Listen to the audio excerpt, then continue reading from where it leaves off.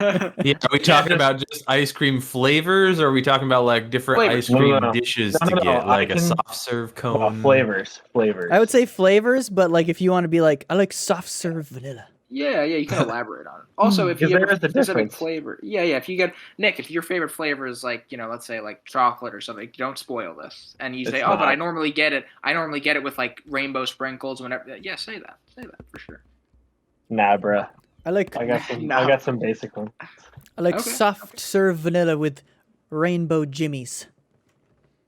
See, Is that my sprinkles? favorite ice cream thing to get. Oh, I'll save Shut it. the fuck But up. Wait it. Mike, get us started.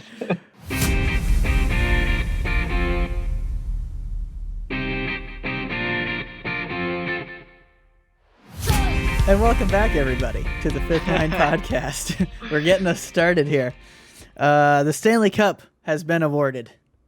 indeed, Yes, back. The Lightning go back to back, which they had the same team as they did last year, so it's sort of expected. yeah. Cheaters. They're cheaters. Yeah. Eat my ass. They skirted around the They aren't cap cheaters. rules, but The cap rules are just dumb as hell. they were within the rules. So you know what? Change the damn Yeah. rules if you Yeah. want to fix this. Yeah. Until then, their teams will take advantage. Which like they're not even the first team to do it. No, and the Blackhawks thing did that it. gets the thing that often gets brought up is when the Blackhawks did it to you guys. True. In 2015. True. I didn't even know that until now.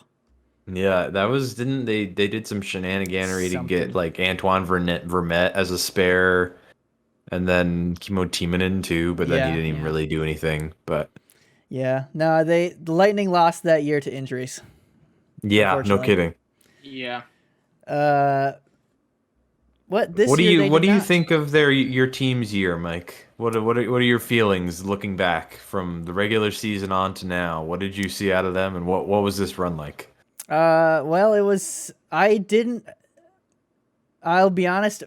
I forgot. Not that I forgot, but like I was watching the team without Cooch the entire season, and I was like, "Oh man, I don't know. I don't know if they make a deep run again." And then Geez, they he lost a came step back. or whatever. Yeah, and then he came back, and then they were just full power again. Yeah. But what I will say is, yes, they were 18 million over the cap. But how many teams in the league can bench their best player for, I guess a whole season, a half season, whatever this was, and still make the playoffs? Not many. Not very And many. it all does speak to just how well that team's been built and has like they've been working toward this for like I don't know. It seems like it's been like a 10-year sort of arc here where the stepping stones were like early 2010s where it was like Stammer and They brought Kucherov and Hedman all Stamkos in, sort of coming into their own, and then they've had a long run of getting to a lot of conference finals. And then finally, the last 2 years, get their two cups. They've gotten it together. Yep. With the additions of Goodrow and Coleman. Who are probably They're gonna gone. be They're gone, two-time dude. cuppers and They're be friggin' gone. Yeah. They might win more with other teams, but it's not going to be with the Lightning. No friggin' way. Unless mean- unless they want league min. For you guys, 2 cups in a row, I think you'll take that trade-off. Oh, absolutely, absolutely.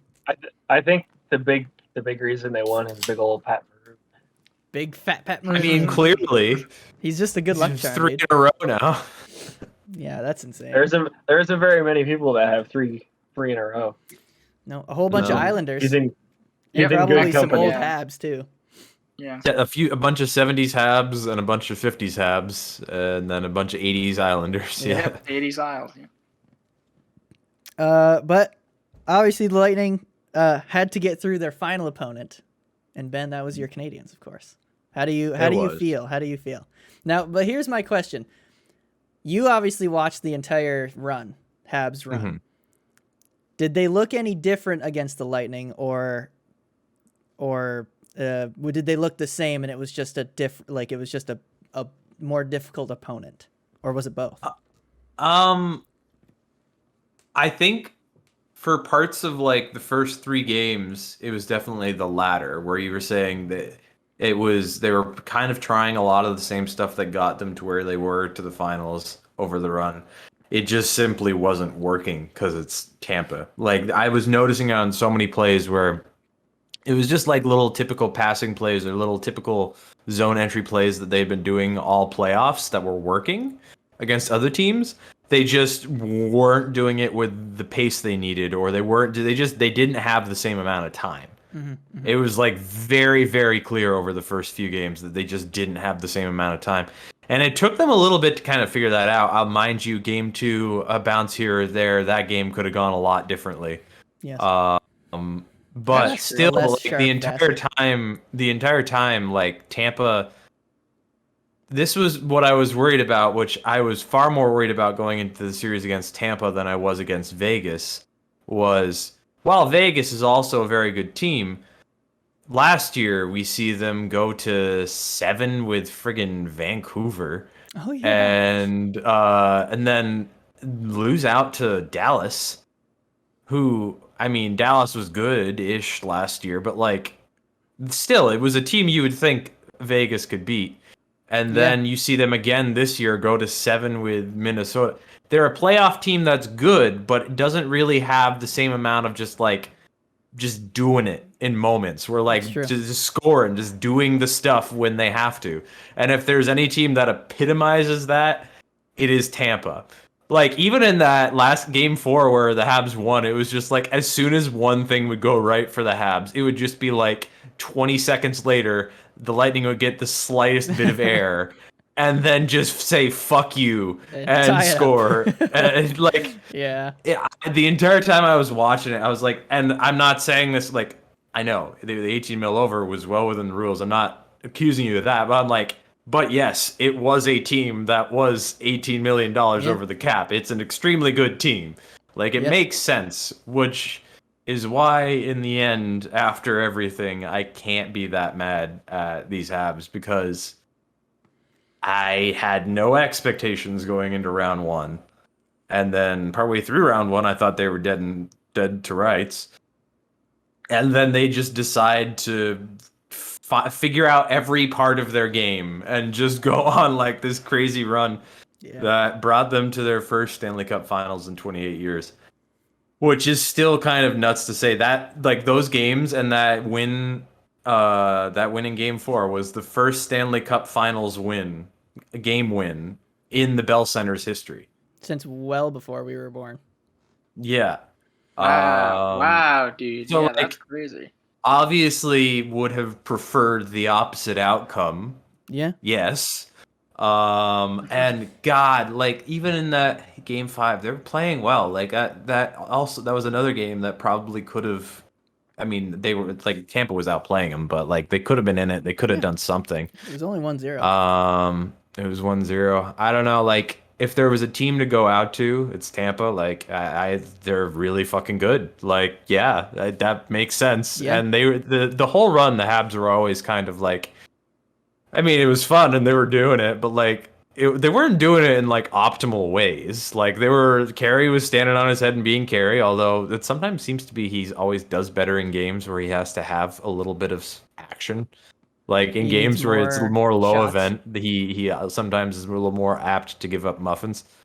But it was still just such a fun team, and there's like the people being like, very clearly not a playoff team next year.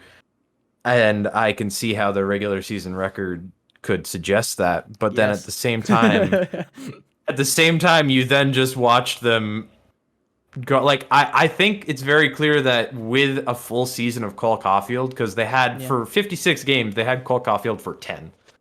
And then with that, and then with the absence of their COVID like postponement that compressed the entire back half of their schedule, I think they're definitely probably not going to make the Cup Finals next year. I feel very comfortable saying that. But I also think they are somewhere more in between the regular season with all the bullshit that happened, and then a playoff run that saw them reach the Cup Finals. I think they're probably somewhere in that middle. And will that middle be good enough to win in the friggin' Atlantic Division next year? Which, Remember when it used to be the Craplantic? yeah, that's absolutely out the window now. Like with the Yep. teams, like looking at that, but that's a conversation for later. Yeah. It's like it's gonna depend on a lot of what happens this offseason. Same with your boys, Mike. That's gonna be huge. Like seeing what falls in place there, what maybe additions come along, because like before this playoff run, I think I might have mentioned this in the show before, but Tyler Toffoli did a Players Tribune piece where he was like, when he was with Vancouver and watching other games in the bubble, he saw Nick Suzuki doing stuff in the bubble against Pittsburgh and then Philly last year, and was like, ah, shit, that kid's actually pretty good. I wouldn't mind playing with him. And then when Vancouver didn't give him an offer and Montreal did, he was just like, Let's go play with this guy. So I'm not saying deep run is a guarantee to secure a big free agent, but if you're seeing a team, like, it doesn't hurt. Like, it doesn't hurt to see a team with all these, like, friggin' Caulfield and Nick Suzuki look like they could be really dangerous together for a while as they get more experience, because they did fall off a bit against Tampa, because Tampa. But they were friggin' great against Vegas together. They had been great down the stretch of the regular season. There was just so much chemistry there. So I'm excited for that. I'm excited for the future. And I'm happy with the memories because like that's what I watched. Like, I figured out. I know a lot of people are getting to this season. The whole regular season means nothing like trend that I'm seeing everybody notice on Twitter. I figured that out ages ago, because like after like 2010 and 2014, when I just watched them get to the conference finals, I'm like, so we gotta watch a whole nother regular season to then maybe see them get this. What the fuck? So like these kind of deep runs, these kind of like third round, now fourth round appearance, that was the first time I'd seen the Canadians make the cup finals in my life. Like, it's memories that I'll hold on to, the same as I desperately clung on to the 2010 and 2014 runs as the Habs got shittier. But it was nothing but fun times. I got to watch hockey for like an extra month and a half longer than I thought I was going to, in terms of the Habs being in it. I still would have watched stuff, but I can't be mad at any of it. It was a lot of fun. Good year to do it. Good year to do it too, because it's not like there was no skating party missed. Yeah. So there you go. Eric and Nick, let's go up to you guys as objective outsiders, as objective neutral parties. How did you guys, of the games that you watched, if you missed any or if you watched a few, what'd you think? Nick, you want to start us off, bud? No. No? Okay. All right. Well, he watched one game. Well, it's so I will. All right, a few things. So first off, because the Isles took Tampa to 7, seeing them beat Montreal 4-1, and that's nothing against your Habs, Benny. It's just frustrating seeing Tampa in that position and not the team you're cheering for. You're just like, maybe the Islanders could have like the Islanders maybe could have a better shot against Montreal. I think Montreal might have matched up a little better against the Isles. Well, and exactly, and that's the point I was going to get to. Like it's what's done is done. It's just one of those things you think about. The Isles are friggin' good though. Like the Isles pushed that Tampa team to 7. Like I'm just I'm watching the shit that happened in the Habs here. I'm just like, and it was a 1-goal Jesus. game. Yeah, 1-goal game. And it was. That shows you how good the Islanders are, though, too. Yeah. It was if they can take Tampa and push them to 7, then it was one flubbed Barzell shot from maybe being a different outcome. Yeah. But enough. I don't want to talk about the Islanders. I want to talk about Tampa and the Habs. So I do think, Benny, I agree with you. Game 2, I remember watching Game 2, and I remember the bounces. was Game 2, that was the Coleman goal, right? Where he dove and scored. Yeah. When that happened, I just got... As that play was developing, I was like, I see Phil Deneau skating up with it. I'm like, guys, there's 9 seconds. You're not, even if you get it down there, you're not doing anything. Don't risk a turnover. It's fucking Tampa. You've been turning it over the last just hold it. And then Coleman, that's his specialty.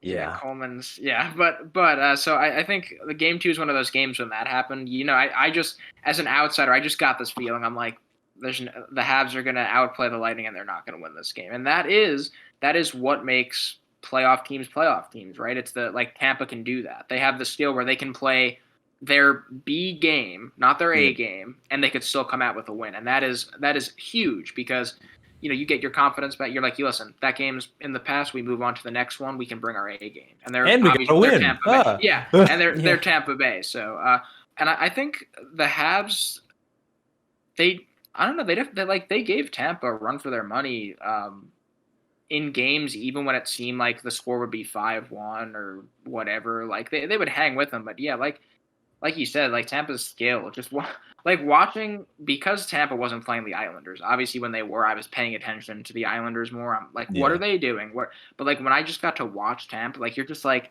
the way their D-men just pinch in, and they have this like Tampa plays defense by just keeping the puck in the offensive zone, and it's just crazy to watch. Like Montreal and the Islanders were having this problem too. They would go, like you said, Benny, they would try to exit the zone. They'd make a play that they normally make, and then Sergachev would pinch. It'd be back in the corner. They have to go back and get it, and then it's just relentless, like wave after wave of Lightning players, and it is something to watch. Like that, the Lightning D-core, because their third line for defense is as good as any other team's fucking first line. Freaking first line. So yeah, that was amazing. I do think still one of my favorite goalie matchups in the playoffs. Price and Vassy both put on shows. I think again, Price.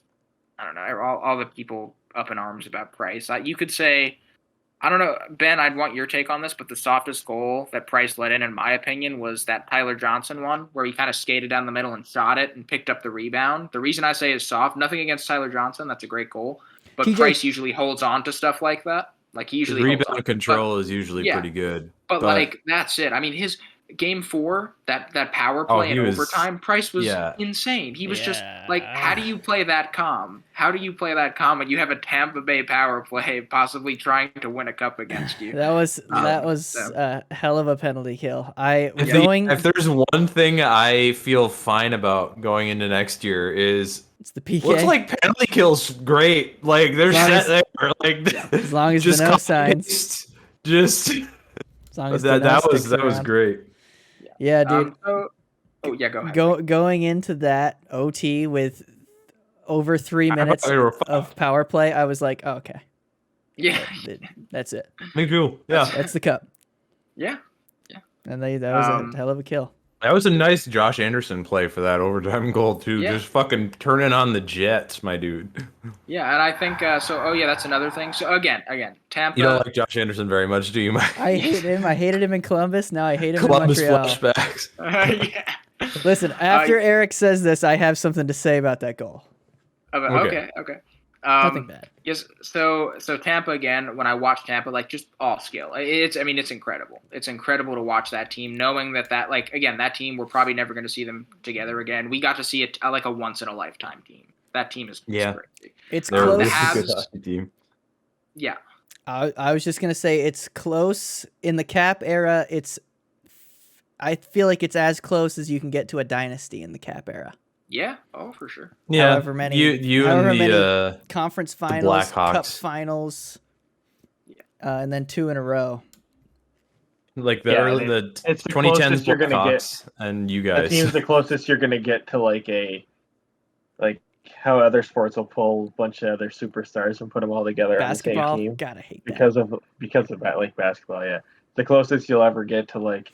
Here's a mashup of a bunch of superstars playing together. It's just like Colorado's kind of like that too. They've got a lot of good forwards, but like they got Landeskog coming up this year though. That's gonna be interesting. True, and I think Makar too. Ooh, that's not good. That's real rough. Ooh, that's bad. That's real rough. Really bad. Ooh, that's real bad. So that's a discussion for another day. Yeah. Eric. Bring her home, bud. Bring her home. To finish it off, I feel about Tampa. I mean, what a team. The Habs, Ben, I am right in that excited for the future seat with you. I really do think there's a lot that Habs fans have to look forward to. I do. I think their young talent is really awesome. I really hope we get to see more of them next season. And again, the Habs, it's one of those things, right? It's just a few mistakes in the playoffs and games go the other way, and they just learn the hard way against a Tampa team that is just, again, doesn't make mistakes. This may It's end the up being a classic little case of experience Oh. versus inexperience. Yep. Yeah. I mean, they That's had some definitely experienced guys, but like, Yeah, but And then going off of that, having literally the first playoff run and like the first or not the first, but like 25 of like the first 35-ish of his NHL games for Cole Caulfield's career being this run, Yeah, that and is him insane. doing as well as he did on it. Like I said, I think he got a couple assists even though in like the Lightning series. Yeah. His goals slowed down, but like the whole time he was present, he was doing stuff. He fucking cracked a couple posts in A that bunch of Tampa posts, series yeah. that made me Yeah. real mad.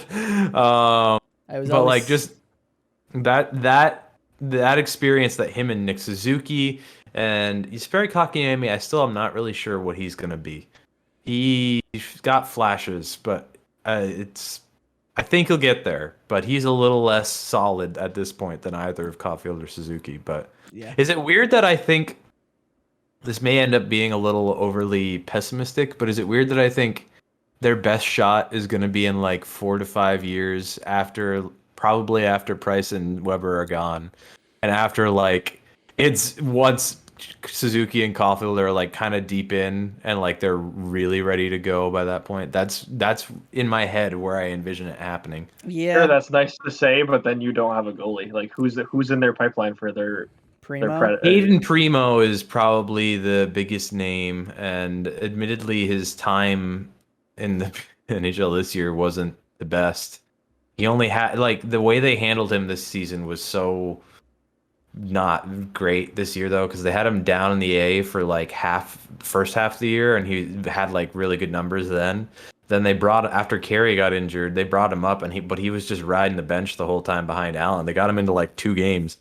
So like he didn't get any in-game experience. Then one of them he did. It was the back half of a back-to-back against Toronto in like one of the most injured times of their season. So he got lit up in the first period because they weren't doing fucking anything. So it's like Yeah. what do you expect to have happen there? But Yeah, I he's gotta could get some see a time. situation where Jake Allen gets taken by Seattle. Caden comes up next year, gets the backup role, gets some time to kind of adjust into it.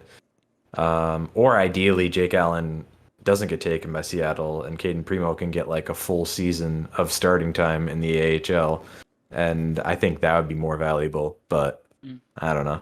Yeah. Okay, so that Josh Anderson goal. That Josh Anderson goal. What about it? No, that was an incredible effort on his part. Just everything there. It was just an incredible effort and awesome play. So many Tampa Bay mistakes and like lucky bounces led to that as well. Like when Gourde goes to like poke it back to his defense there, Yeah. I'm like, it's like this one-handed slappy shit. And I'm like, Yeah. what?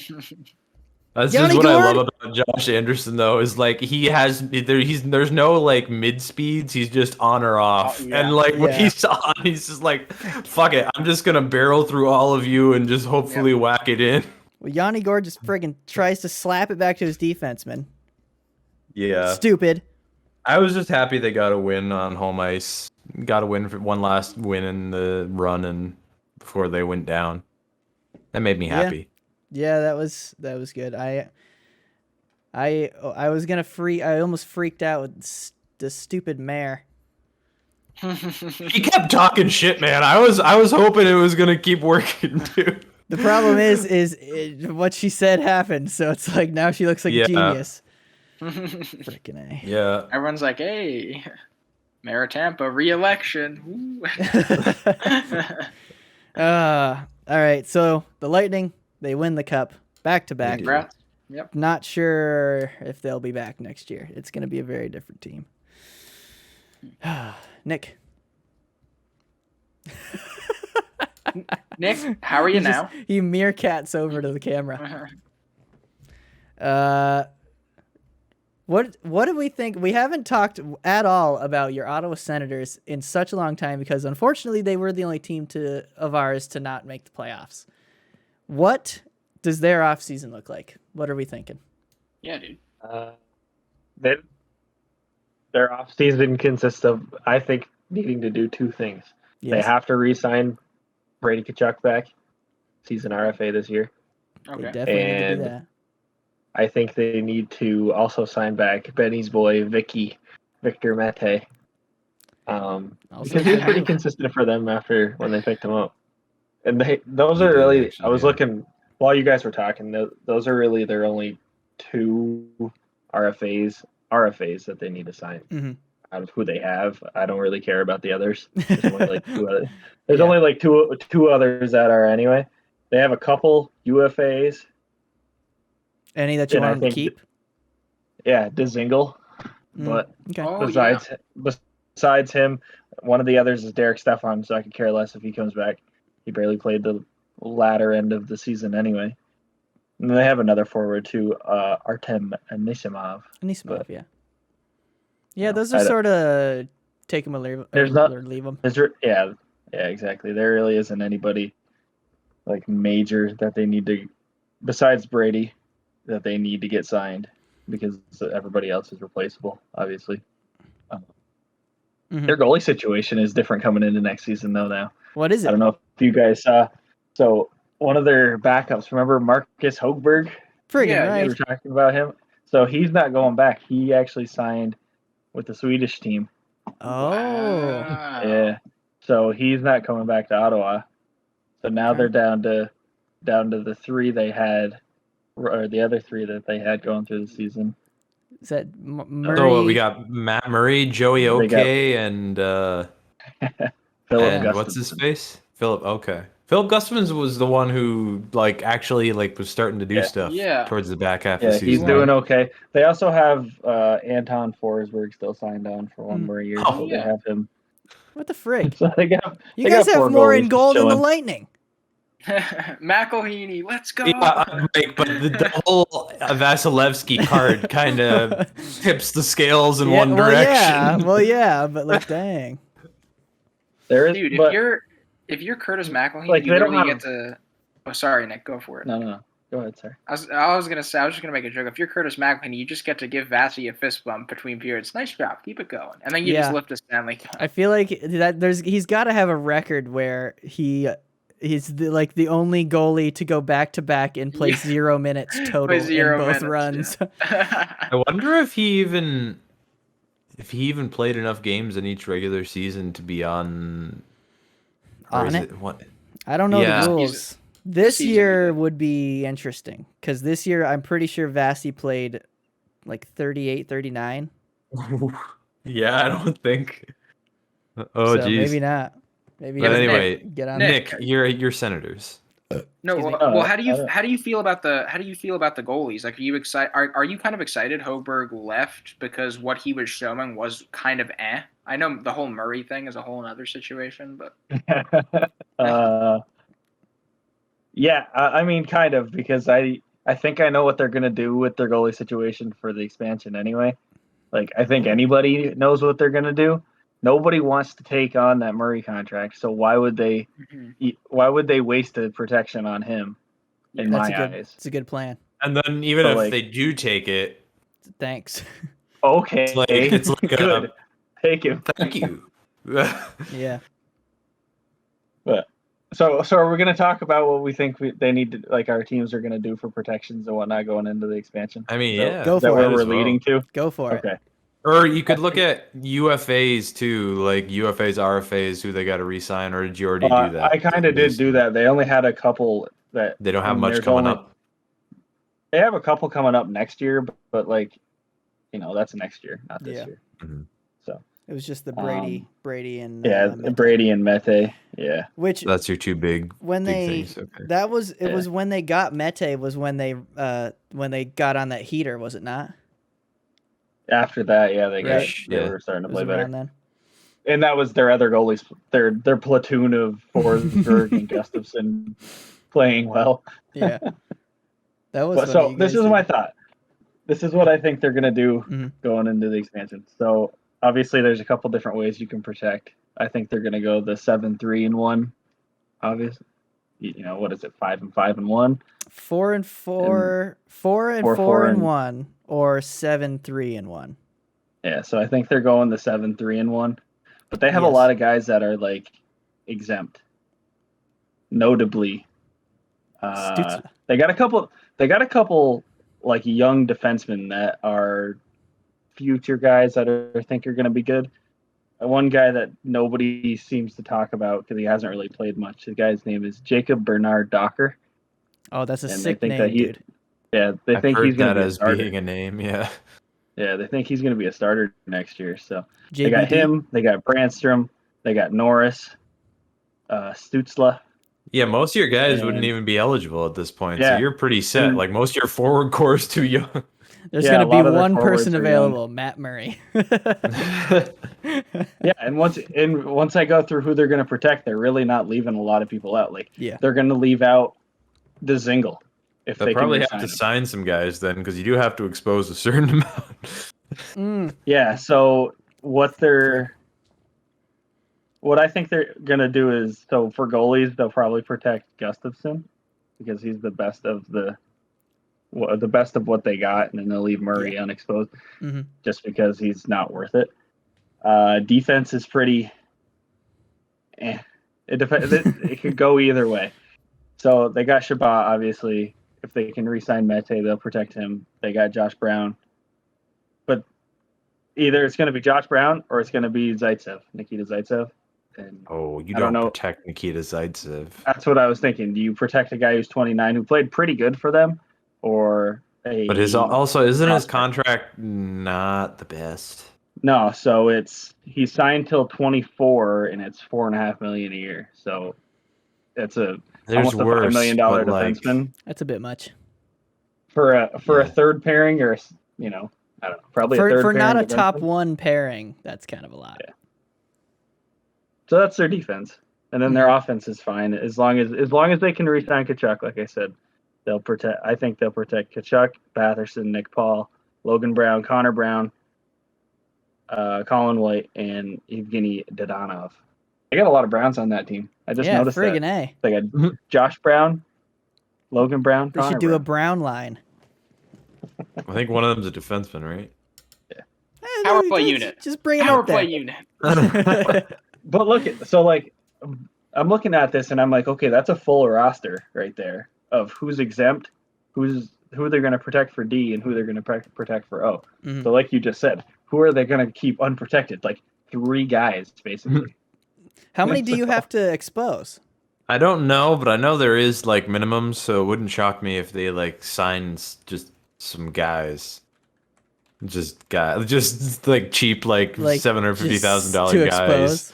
Yeah. Well, they do have like a handful of other forwards that like aren't really worth anything. I don't think, in my eyes, because they never did anything through the season. They're just kind of like those like grinder third line, fourth line guys. Yeah. So there's a handful of them, but so if any of those guys get picked, I could care less because they're not part of that core that's gonna move on. They also got Jake Sanderson hopefully coming within the next year or two. I don't know if it'll be next year or if it'll be the year after. But All right. I can't he's find. he's still quite quiet on when he's gonna decide to come play for them. Okay. I can't find the rule. So I don't know. Interesting. I would assume it's more than 3, but Yeah, So that's probably. so that's Ottawa in a nutshell. Now, if Melnick can't open up his pocketbook a little bit and His sign 2 pocketbook. fucking guys, No, he will, dude. Jesus H. this is the thing. So if he shells out the money for Kachuk, like if he shells out money for Kachuk, it'll show that he's going to give money to some of these other forwards in the future. I think. That's He's a got fair to give choice. money Like- to somebody. Dang. It strikes me as, like you gotta wait and see, but it would not shock me if we see some like really shisty bridge deals. Oh, for like Kachuk, who's Yeah. clearly like the bedrock of this team. Yeah, I would like watch him get like a 2-year, like $5 million a year deal, only to then like ask for like $9 million a year the deal after or something like that. Yeah. That would be my one worry with somebody with like just the Ottawa management's past. True. But I know, although they did pony up for Thomas Chabot, so maybe they do have like an idea of which are the They had players to nobody like else go to play for. defense. They Yeah, had they nobody kinda else to had play to. defense if they didn't sign Yeah. him. They're like, we're gonna give you this much, and you're gonna be our entire defensive core. Yeah, You, basically. just You're going to you. play almost every minute of every game. You're not going to have very good stats because Didn't you're he going to get get like scored on half all the a time. game most games last Yeah. year? Friggin' Yeah, and A. his plus minus was atrocious because he was on Well, the yeah, ice all the time. because You're on he's the on ice one all of the one time, of the yeah. worst team, or not the. I mean, they turned it around, but like it's not a great team. And then if you're on half the game, like Yes, that would lead you to get on the ice for a lot of goals against. yeah, Yep. Well, Rick, We shall see. how you feeling do you think about about your Isles? the Isles? 2 years in a row, they've made it to the Final Four. 2 years in a row. So it was kind of crazy when you said like, yeah, this is the first time in my life I've seen a Stanley Cup final game. Like my team's been in a Stanley. I was like, I'm still waiting for that. One game away. yeah. No, but exciting stuff. Exciting stuff. It's really nice seeing like the Islanders like. Again, for the longest time, it was like no playoff stress because I'm like, I just get to watch playoff hockey. But the past few years, it's been really stressful. Playoff I'm cheering stress. for the Isles, but it's good. It's Yeah. good. It's good. It's good. Yeah. So, I guess all right. So with protections, I think the Isles are also going to do the 7-3-1 thing going on. Just because of the amount of forwards they need to protect. But where I want to start is defense. Who do you guys think? What defenseman on the Islanders has the most expensive cap hit? Nick Leddy. Nick It's Leddy. him, right? Yeah, because all the other guys are 5.5 like mil. young, right? They're still on their early deals. 5.5 mil. Oh, frickin' A. Not good. Not good. That's So not great for he's Nick gonna Yeah, when be he Leddy, signed it, it was debatably looked worth okay. it. Yes, exactly. Yeah. Exactly. So to be fair. To be But so that's the first guy you probably are going to leave unprotected or try to get Seattle to like take just because it would make sense. It would free up a lot of cap. And they have to, let's see, I believe Adam Pelech. Yep, he's an RFA this year. So you need to re-sign Pelech. That's really important. I have a question real quick. Yeah. Can you be can you not sign somebody until after the expansion draft and then sign them so that you don't have to waste a protect? UFAs had to be. I'm pretty sure That's a good RFAs didn't have to be signed or don't have to be signed. So you can just wait. I think UFAs They- have to be signed by UFAs. a certain date. Maybe it's even past. I don't know. with RFAs, even if you don't sign them, if you leave them unprotected, Seattle, from my understanding, can take them Snag the rights. and then they will have the rights. So then somebody else, so you could You'd have then to- so they'd have conceivably to offer offer sheet sheet 'em them. to Yeah, come back. but Seattle okay, I would see. Seattle I see. would have the upper hand at that point Yep. because At that RFAs point. almost universally just end up going to the team with their rights. Yep. In today's NHL, that's what how it happens. works. So there is a risk in not protecting see. like even if you leave it a guy like unsigned, you should still probably protect your RFAs if you Indeed. want to keep them. So yeah, that's the If big you want to keep them. if But you you definitely want to keep that guy. Yes, you do. So Nick Leddy's the big guy, and then here's the weird thing. So for forwards, a lot of people think that Zizekas is going to be the guy that Seattle is going after. No. Yep. And so that's exactly, dude. Same. I like him. I like him a lot. Dude. Yeah, and why Frig wouldn't that Seattle? guy. I mean, having Seattle, having a guy like Zizekas on your team, like Seattle would be nuts not to go for him. Or like Clutterbuck. Like if they don't protect Clutterbuck, because he's just like a good forward. Like, They're he's not just a good protecting player. Clutterbuck. Well, dude. okay. So, and that's the thing. No, that's Everybody's the thing. got to lose something, and if it's one of those guys, that's an okay something for the Islanders to lose. Well, Like, okay, that's interesting you say that, Ben, because the fourth line of the Islanders is like kind of like one of the most important parts. Of It the is, team. it You are is. right. You are right. Like losing Yeah. a Clutterbuck, like it's Cal Clutterbuck, but it's one of those weird things. Like losing Zizekas, like oh my god, I'd protect Zizekas over Clutterbuck in a heartbeat. Because So who Zizekas would your forward protections be? I'm curious. Yeah. who would my All I guess seven. So it has to be Lee and Barzell. And all right, Lee, That's Barzell, two. Nelson, Oh, I Eberle. forgot about Lee. I forgot that Nelson, Lee's still there. He just got hurt. Eberle, Pajot. Pajot is 5. And then man, these are your. So we're at 5 right now. These are the other Yeah. choices for 2. We have Josh Bailey. Yes. But Bailey, Bavillier. Kyle Palmieri. Bavillier, Anthony Bavillier. Casey Cizikas, Matt Martin. How can't you do Bailey Beauvillier there though? Yes. Bavillier yes. is younger, right? Yes. Yeah. I think you have to protect Bailey, and then I don't think you're gonna protect Palmieri or Zajac. So Palmieri they were kind of rentals anyway. Palmieri, I think he had one more year. It says he's a UFA. It says 0 on cap friendly. Oh, okay. Yeah. So you don't have I to don't even protect know him, if yeah. No. Yeah. You wait until after, then re-sign him. I have to wait. Yeah. Okay, that's we just went system. over that. We just went over that. Yeah. Yeah. So it's one of those. Oh, Oliver Wahlstrom. Thank God he has an ELC. So.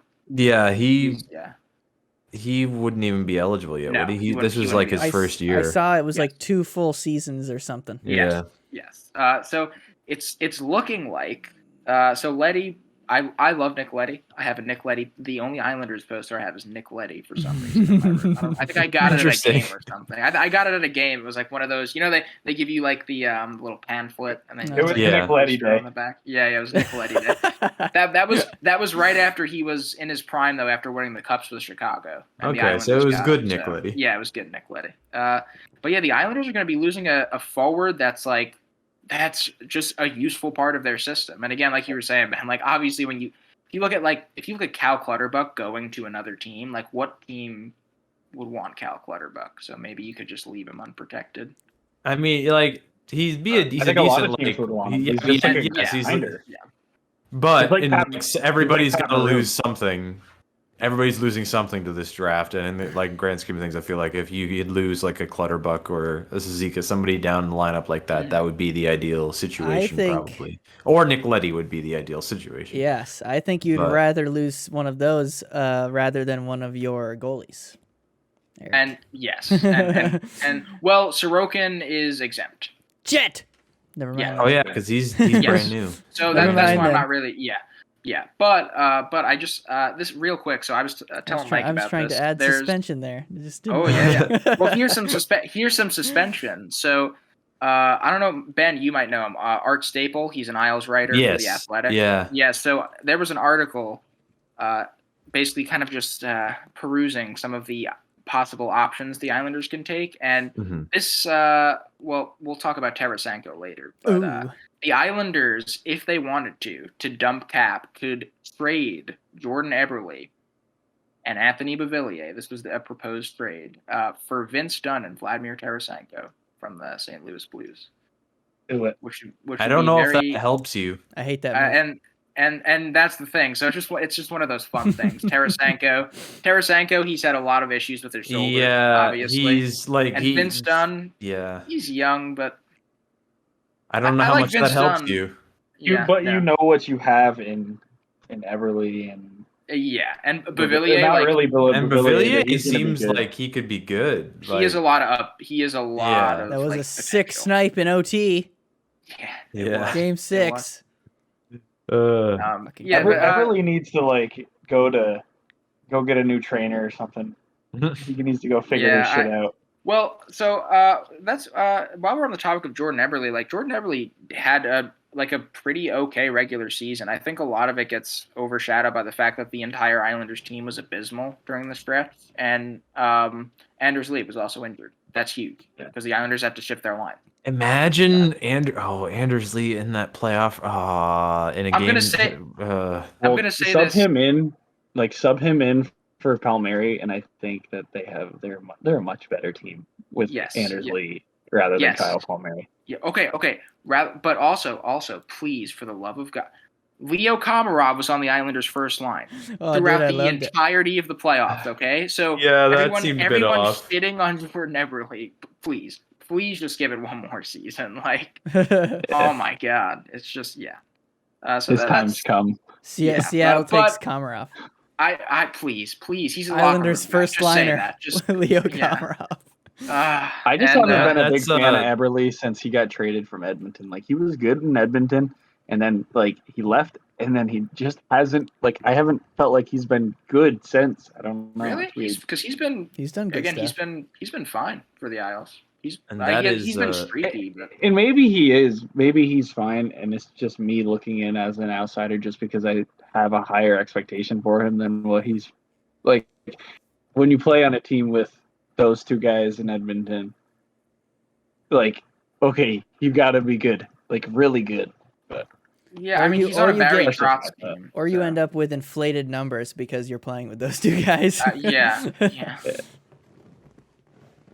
But I'll close off on the Isles. Nick Leddy, I love you, man, but I hope you get taken because we don't need $5.5 million from you. It will be interesting to see what forward. If I'm going to tell you right now, I hope it's not Zizekas. I think it will be like a Clutterbuck or maybe someone else. But I don't know. I just really don't want it to be Zizekas. We'll see. We will see. We will. Shall. Very shortly. Excited. Very excited. Yeah, it's a week after this one. Right before our trip. Yep. I was gonna say we're gonna be all together, and we're gonna talk about this. We get to talk about it. We get to talk. We get to see who's getting what Kraken jersey. I'll get a Zizekas Kraken jersey. I'll do that. I'd even get a Zizekas Kraken jersey. There we go. You heard it here. You heard it here first, folks. Yes, they're gonna be matching. I don't even have an Ottawa jersey. Yeah. Get a friggin' Sens jersey, please. You need to get a Sens jersey, get a Sens jersey. Come on. I'm about to buy you one. Bruh.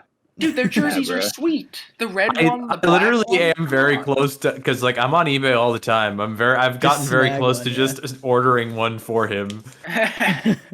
It's weird that you don't have one.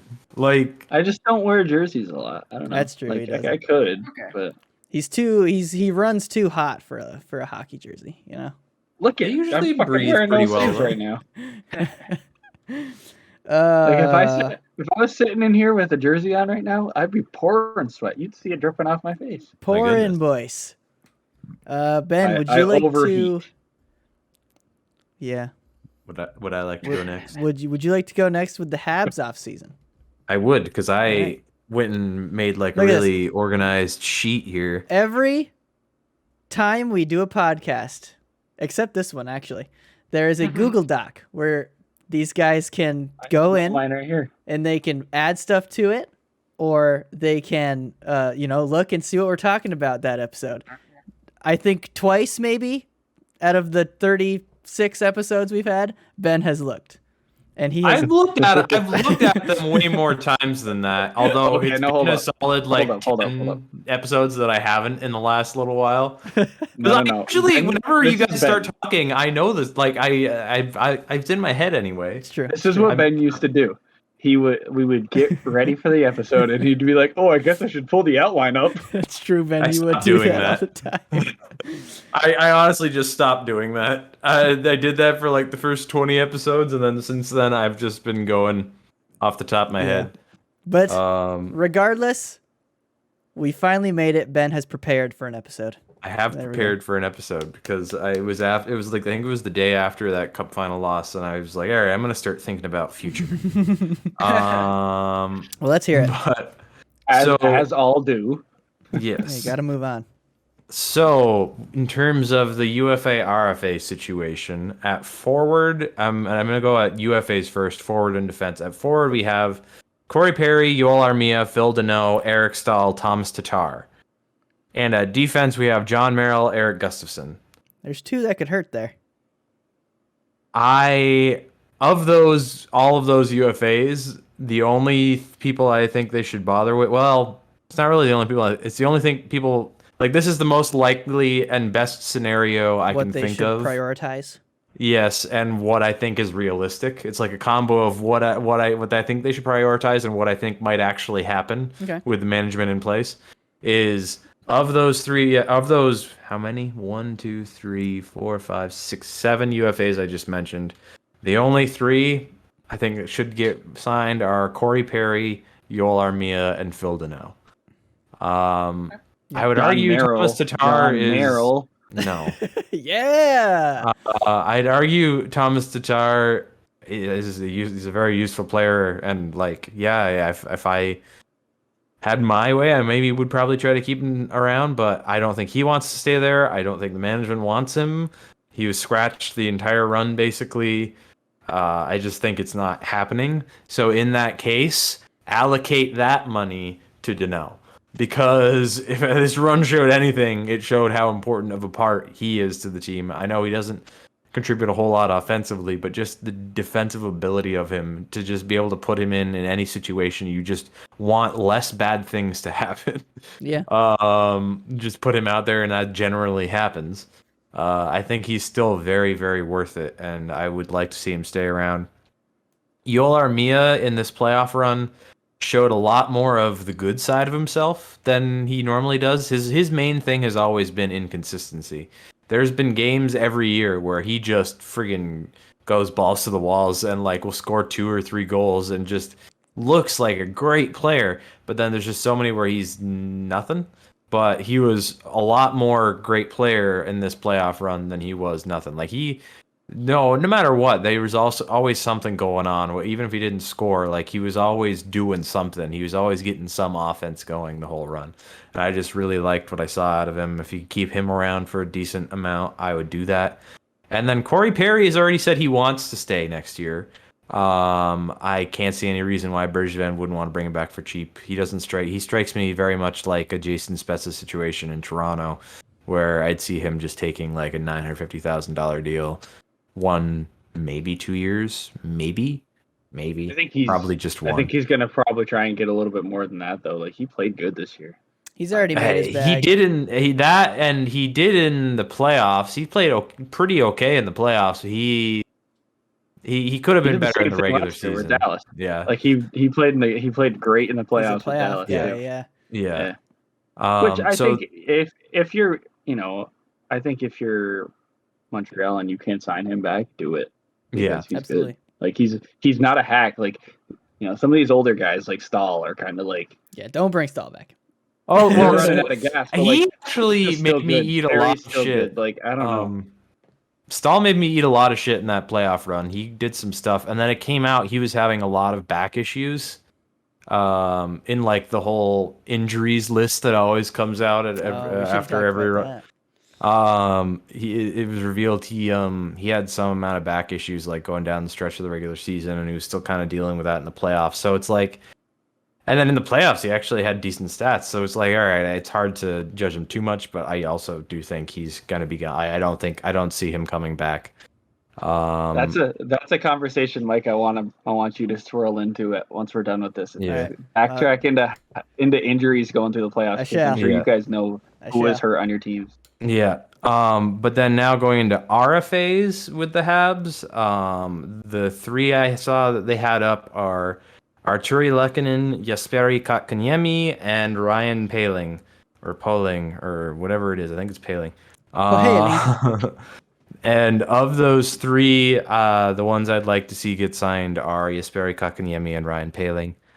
As much as it's going to hurt to see Arturi Lehkonen leave, I think this is kind of the juncture.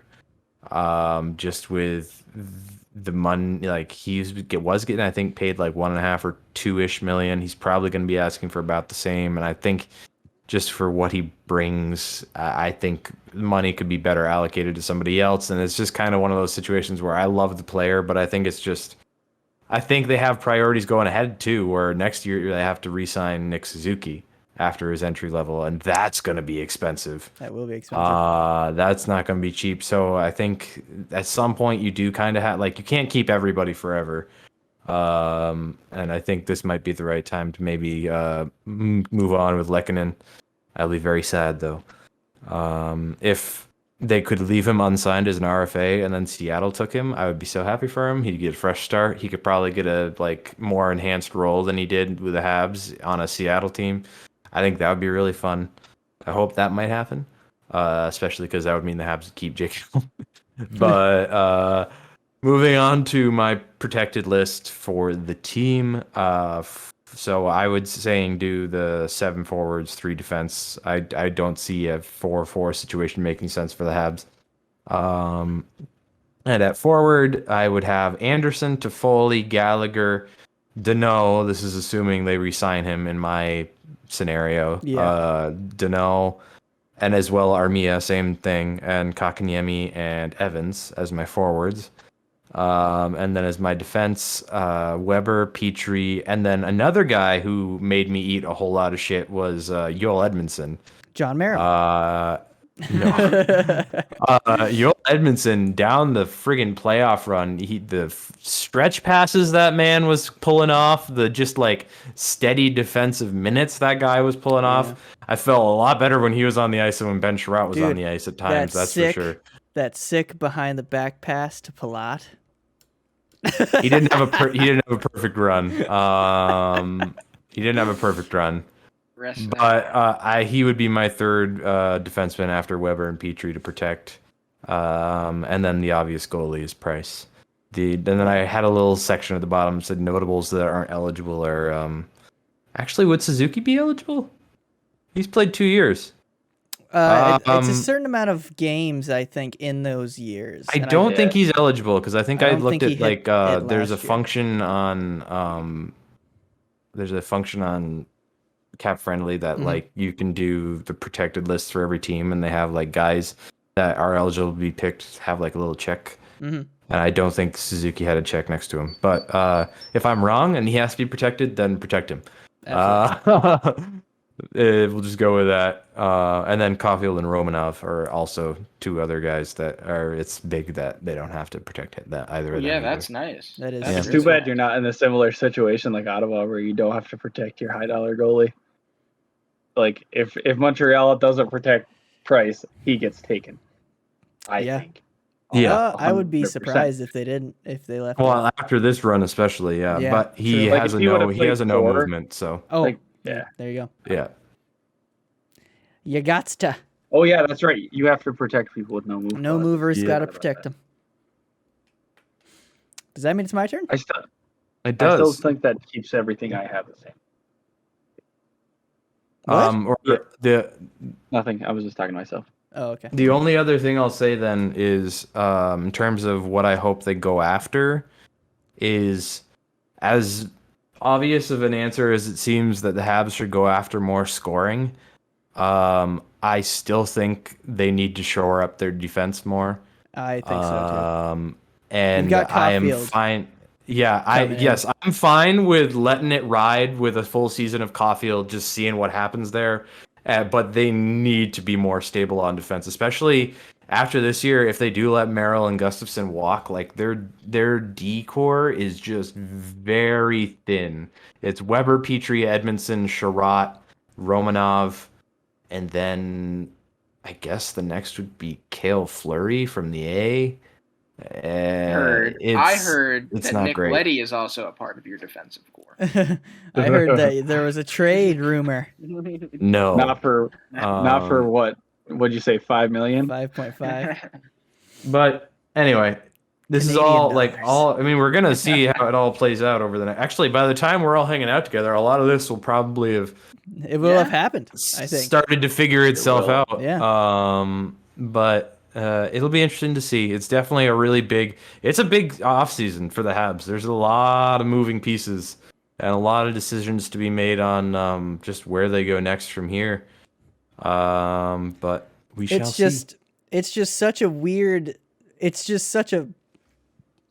Such a weird situation because it's such a iffy, so regular season, and then just the best off season you could hope for. Just about. So it's just such a weird spot to be in. Yeah, I hope they veer more toward not overcommitting on the older guys. Although, if there's a guy I wouldn't be mad at them. Mark Bergevin special. If there's a guy I wouldn't be that mad at them overcommitting a little bit to after everything is Phil Deneau. There's a lot of people that don't think it matters if he stays around within like Habs Twitter. I don't understand how any of you think that. After what we just watched, I think he's a guy that they definitely do need to bring back still, just with how iffy Jesperi Kotkaniemi has been at times. Like he's been a very good player at times, but he's also shown that he's not fully there yet. And I think if it's only 20. if it's right, which is the other thing, he's still quite young. So I do think if it's within reason in terms of the dollar amount, I think Danault should definitely be back. But otherwise, I think they should focus more on just letting the kids ride and just see where they bring you. Because if Suzuki and Caulfield are just going to be your leaders into the future, they could think of worse ones. Yeah. So Tampa. Tampa. Welcome, gentlemen, to the most exciting offseason of this year. Because This is gonna. listen to this, boys. Let's hear this shakeup. What are they over right now already So without right having now- like 6 guys signed? So right now they have 33 out of 50 contracts. I don't actually know what that means. Oh, that's low. But their roster right now is 17. And they are at 85 million. So They are 7 guys short. and they're 4 right? million over the cap. That's with right, just right? the people 7? they have signed. You have a About 24-man roster, right? Usually. that. Well, it's 12. 6 is 18. No, 20, I think. 20-man roster. 20 okay, man yeah. usually is Then like there's the bare usually some minimum. extras. Yeah. So they're a good few players short, and they are they're 4 million over the cap anyway. Already. Oh, Jesus. It's not good. So as signed right now, they've got Cooch 9.5, Stammer 8.5, Point 6.75. Those 3 not going anywhere. All gonna be protected. Then after that, we've got Palat 5.3, Gord 5.17. Those. They're Ooh. now listen. They're worth Lawrence it. owned a lot too. They're worth are, it. but They're worth it Killorn's just right because there, of the too. cups. But Tyler Johnson at 5, Cirelli 4.8, Killorn. They have no like low million contracts. yeah, It's like that's in just the- a lot of it's like like in the $5 mid- million It's in the contracts right mids, there. and then it goes right down to Maroon at 900K. They have no like low in the millions contracts. Yeah, It's you don't all have Does to, like, anybody middle. bring back? I guess it's him. huh? Pat Maroon should come back for another 9. No, we got one more. 950,000. We got 1 year of him. One more year at 900,000. Oh, okay, perfect. Oh, okay. And then we've got Stevens and Joseph, both two younger guys at almost league Pretty min. cheap, yeah. That's not great. They gotta. Oof. They gotta. I think Johnson, Killorn, and Palat all gotta get out. No You offense got to to get them, but rid of at least 2 of those guys. Johnson's Thank gonna. you. Somebody will take Out Johnson. of any of them, I hope they can hold Killorn. Like Killorn's good I'd be all right with them holding Killorn, for that team. but yeah, he's got the easiest to trade contract because it's the lowest. And Yeah, that's until the he thing. took that puck to the leg, he was having a sick postseason. Yeah. So I mean, if you could get rid of anybody, I feel like it'd be optimal if it would be Johnson, Palat of those contracts. that's who I would pick. Would it not? That's who I would pick. Yeah. But I think they're gonna aim for all 3. I think. That would be impressive if they can manage that, because but a lot of teams are gonna want like It depends. those guys have been good for them for a long I time. don't And I think a know. lot of guys are going to I know want we- Tyler Johnson at that contract. Well, I was just gonna Did you say see we've him in the talked about this postseason? Johnson thing There for a is while that. now. Like, He did pretty like friggin' we- well. they tried to get rid of Johnson fucking 6 months ago, and they couldn't Yeah. do it. That's true. He did have a pretty good postseason. But that was though. after. could Yeah, maybe- that was after. And honestly, like the good soldier aspect of Tyler Johnson this season, I feel that should have somebody looking at him. Like the fact that he he changes his no trade clause to include more teams. Nobody wants him. They put him on waivers. He gets put on waivers. That's not a good feeling. Comes back and still plays as well as he does for the team that puts him on waivers. Like that should get him more points. But we'll see. I think after the postseason he had, I think somebody's going to take him. I think if someone doesn't take Killorn, they're a fool. Ottawa will take him. I think Seattle is probably going to help you with one of those contracts. Mhm. I think Johnson, because that's he's from Spokane.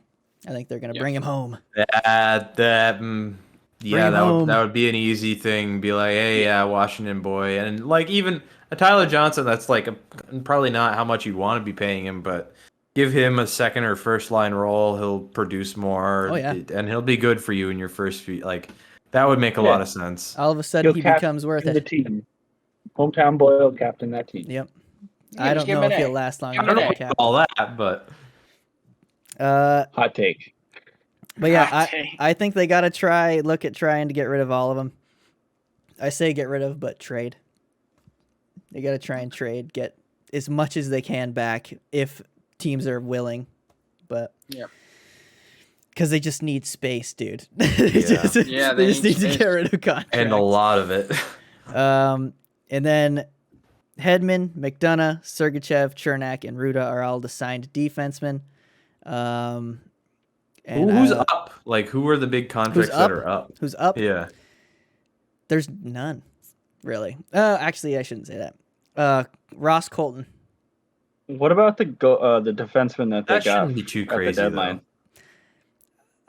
Savard? Savard is up. Yeah, Savard is up, yeah, but I don't think they're gonna. I mean, he was good, and I'm glad that they No. got him, but I don't think they're gonna. bring Do him you back. think if I remember you were saying your expected possible pickup from Tampa by Seattle might be Ryan McDonough? Yes. If Ryan McDonough gets grabbed, do you think they would maybe come back around to Savard?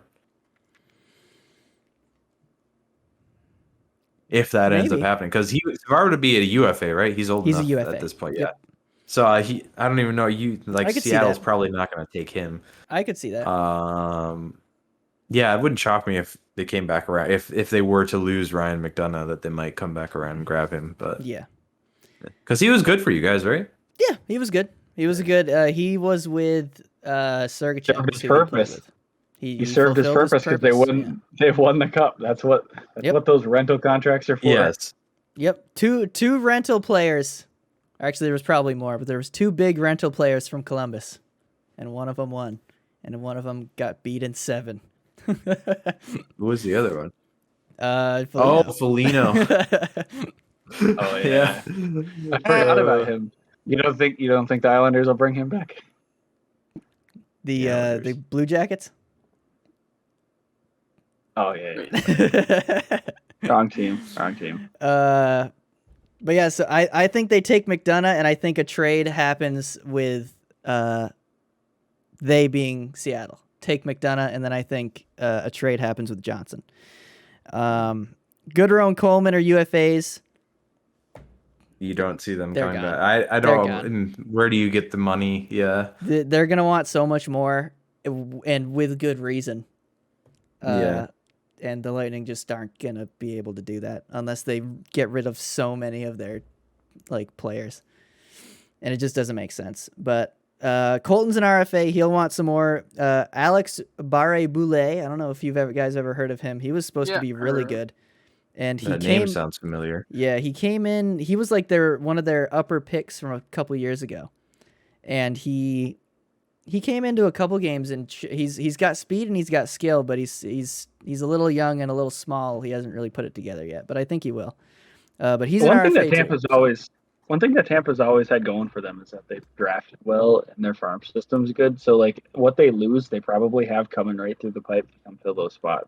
So they won't be. But it's going to be a lot of younger guys that are Yes. going to need a second to Yes. kind of adjust. They will not be as dominant as they have been, but I gonna think be they'll still be a interesting. playoff team. I think.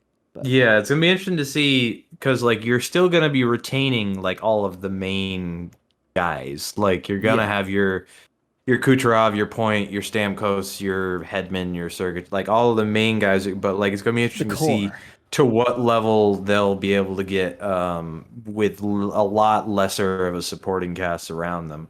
Well, it Because sounds you're not like gonna have the same 4 stacked lines that you had this year it's the same going thing into that's next got. year. It's a very similar thing that Toronto's got. They've got a truckload of core offense that they've got, and nobody else to play around them. Yeah. So like you guys are kind of like in a That's how similar it is spot where now. like you have your main guys, and then you. Thing is, still Tampa need- went and got a couple cups first, and then now we're going to be going into that Yeah, situation. that's how. Yeah, I was like, that's how it is now. But yeah, it's you know what? It's so what's the real interesting part is there's two guys that have kind of been in and out of the lineup.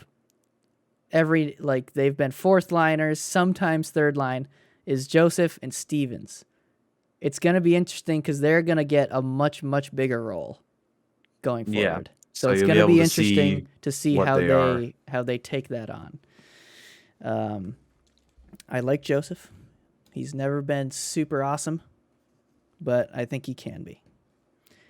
And then on defense, obviously, they're going to go 7-3 for the protect. I think they. Where did I write it down? I think they're protecting Cooch, Point, Cirelli, Killorn, Stamkos, Palat, and Gourde. Yes, two of those are ones that I think they're going to trade because I think they would. There's a chance that Seattle takes them, and you don't want to lose them for nothing. Right. And then on D, you protect Hedman, Sergachev, and Chernak, two young guys that are getting better and better each year, and one dude that's And then Victor the Hedman. best defense in the league.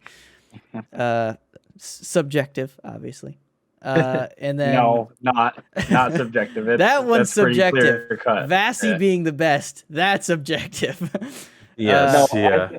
I think that you can debate on both of those. That they're No, both 1 and 2 like best in their You- positions. you can, like yeah. who.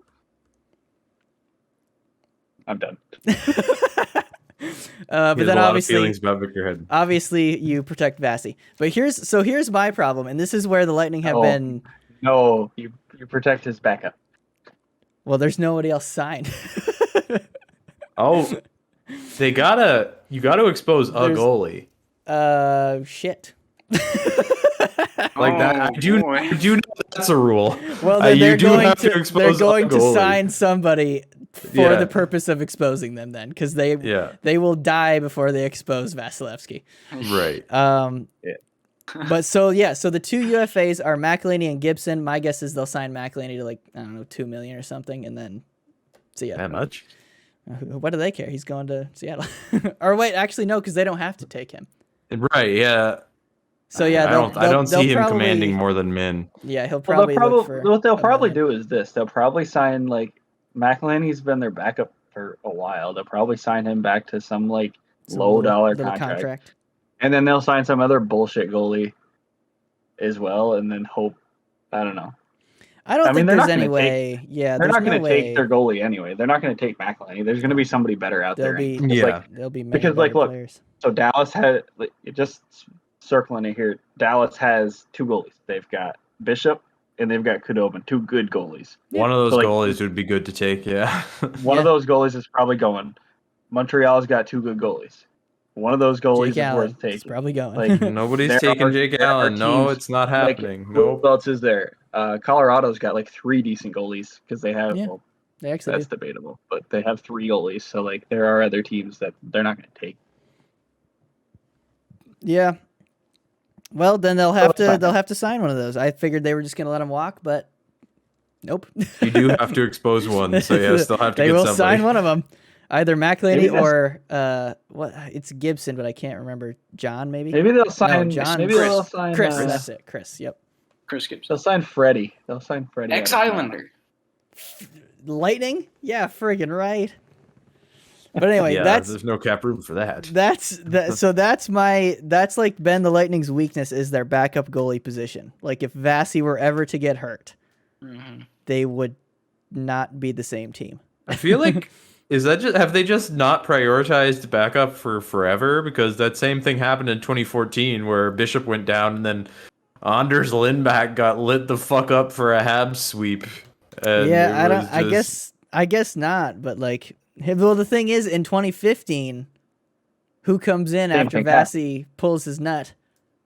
But Vasilevsky. or after Bishop. Bishop, Oh yeah. yeah, Vasilevsky Yeah. came in after But he Bishop. was he was a young gun and obviously wasn't what he is now. But Do you know where that draft pick for Tampa came from? Vassy one?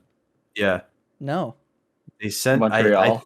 I think they sent fucking Kyle Quincy back to Detroit was, I think, what happened. Thanks. Kyle Detroit. Quincy was a defenseman in, I think, like the mid 2000s to like 2010 region, somewhere around there. Dude, Yzerman is like looking back at past Yzerman and being like, "God damn it, man!" Yeah, basically. Could you imagine Tampa making the opposite decision and sending Vasi to Dallas and keeping Bishop? Oh no. Wow. That would that'd not be have been good wild. for We'd Tampa. see some. I don't think. I think we'd see some Dallas Cups. I think that's what. As we'd good as good as Yeah. Bishop can still be at times, superior option I think is quite clearly Vasilevsky. So I think they made the right call on that one. Which I'm sure was a hard decision for them to make because Bishop was playing pretty good. He was their Yeah. guy. He was good for a He while. took over there, as so, like the like total wins leader in the franchise. I think They he's Jersey now. stole that fucker Like, from Ottawa. whoever They did, whoever had the stones on evaluating those goalies that year to say, okay, we're done with Bishop, send him out. Oh, his Good job move. was on the line the next season. I bet. Good move. Yeah, true that. To wrap it up, it's going to be a very different team, Yeah. and it's going to be interesting to see how they perform. And also, I'm excited to get my Seattle Kraken jersey of Ryan McDonough. Same. I think they're supposed to. Well, not Ryan McDonough, but the Seattle Kraken jersey. I think I heard somewhere that it's not Habs going to be till drafty. fall though that they release.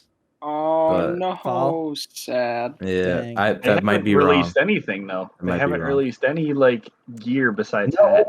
they have merch. Like I think you can Yeah. get shirts and shit. You can get but you can't get a hoodies. polo. You get a polo. You can't get a blank jersey though. No jerseys yet.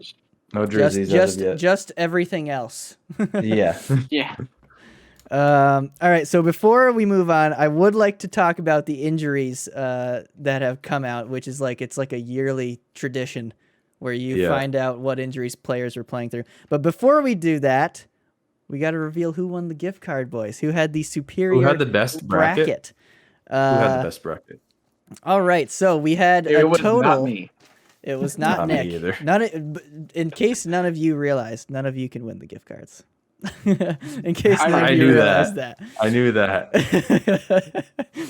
But we had a total of 5 people put in a bracket, and so we had Brian, Nick's brother. We had Trevor, Nick's buddy. Danielle, my girlfriend, and then Logan and another Nick, which is a couple of Nick's buddies again. And the 4th place was Danielle. Good job, Danielle. Nice job, Danielle. Who was fifth place? There was no 5th place. There was a tie for 3rd. Oh, Yes. suspense. So the way the points system worked was every first round victor that you got right was a point. Any second round victors you got right was 2 points. Any cup finalist that you had right was worth 3. And then if you got the cup winner right, you got 4. Can I guess? Because I think I know who it might be. Sure. I think it's Logan, but just because I think I remember him picking Tampa. But anyway, go ahead Could and have. let me see if I'm right. So the tie for 3rd was Brian and Nick. What's his name again? Capola. Capola. Second place. Or actually, you know what? We'll go to first place because it's like it's like dramatic and whatnot. So in first, and the winner of $30 to Fanatics, you can buy all sorts of stuff. As we said in our one of our previous podcasts, Ben, a hat Maybe get a shirt or a shirt, or a toque, possibly, Yes. or a beanie, a Tokyo as most people call them. in America. Yeah. Or a winter hat. So the winner of the $30 Fanatics gift card is Logan. Aha. He did Congrats, it. Logan. He did it. And in second place was Trevor Penesso. Is that how we say it? Yes. Cool. So That the is points correct. the points stacked up is this. Danielle had 5. Nick and Brian both had 6. Trevor had 12. Jesus. And Logan had Wow. 14. Wow. I did the math on mine. I had 7. Yes, I also did the math on all of ours. Wait, Me what and was it between us? so What for all was of us, me and Ben tied in first with 7. Damn, we suck.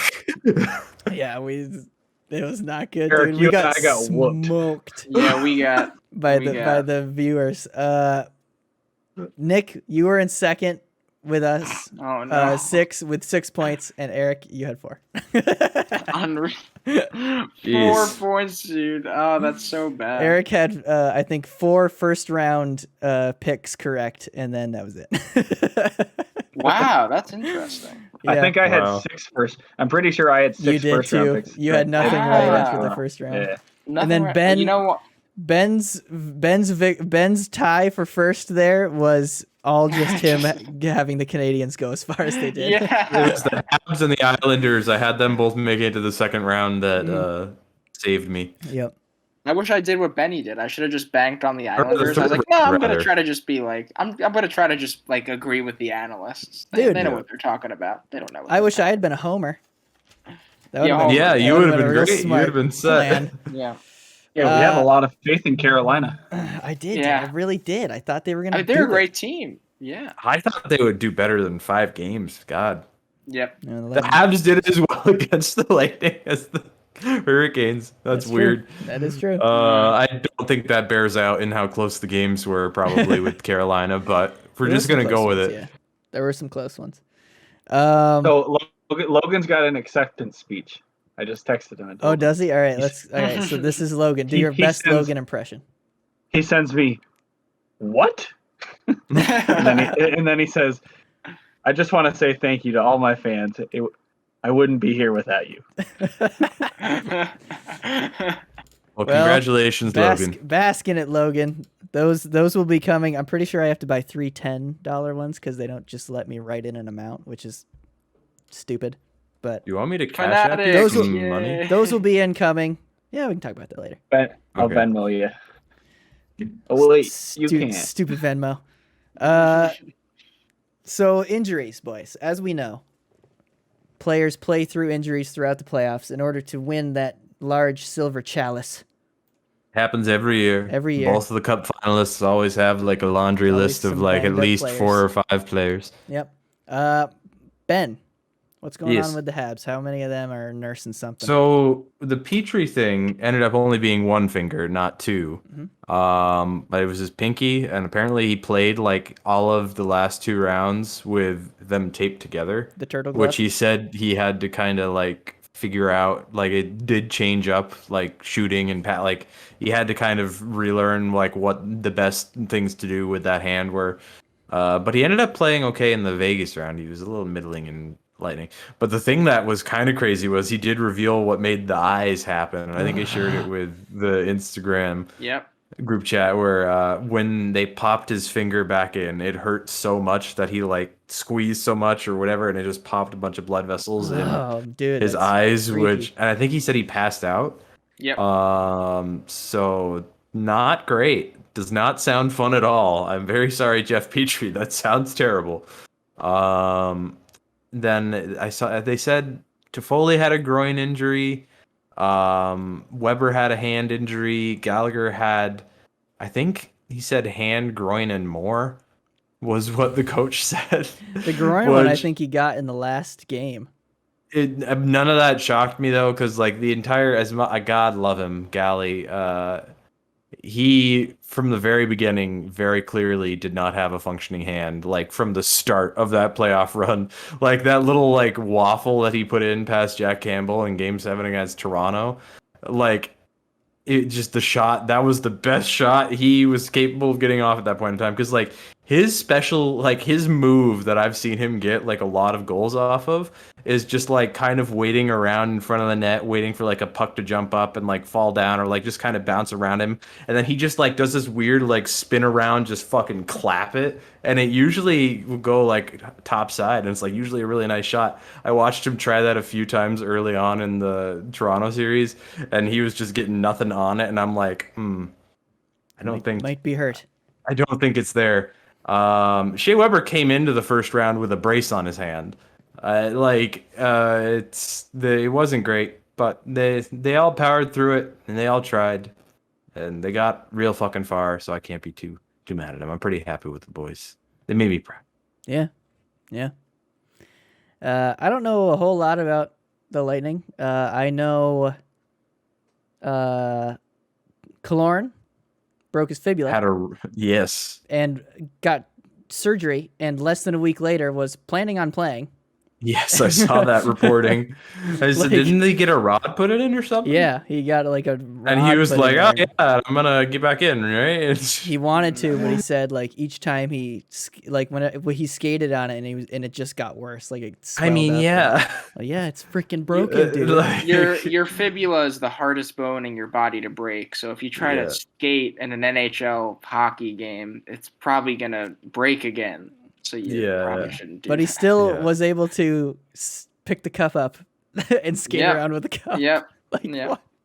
That's so insane, dude. Oh, did he come back out on the ice in like gear for the celebration? He came out for I the didn't watch that. Kucherov. Didn't he have shoulder or something? No, mate, I don't think so. Not that I heard of, but I thought he got hurt in Game 6 against the Isles. Mm-hmm. Game 6? Game 6, that's when Mayfield decided to get a little a lot of people thought, me included, it was when he tried to hit Barzell because it looked like his arm got caught in a weird spot, and I thought he might have fractured his arm. But it ended up being a fractured rib from the giant Mayfield cross check that went uncalled. But that's okay. And he played Game 7 and then that entire last series with a broken rib. That Cooch post-game presser, though. Ooh. Oh, yeah, we got to talk about that. Okay. Those are the only two injuries I really know of. Stamkos has probably got something wrong. Point, I think, had something going on because he was not flying like I am used to seeing him fly by people. He would get going, and then he would slow up and pull back. And I was like, go by him! But I think he was nursing something. And then there was probably a bunch of other banged up stuff from shot blocking and everything else. But yeah, I got to go to Benny for his thoughts on Cooch's post-game presser.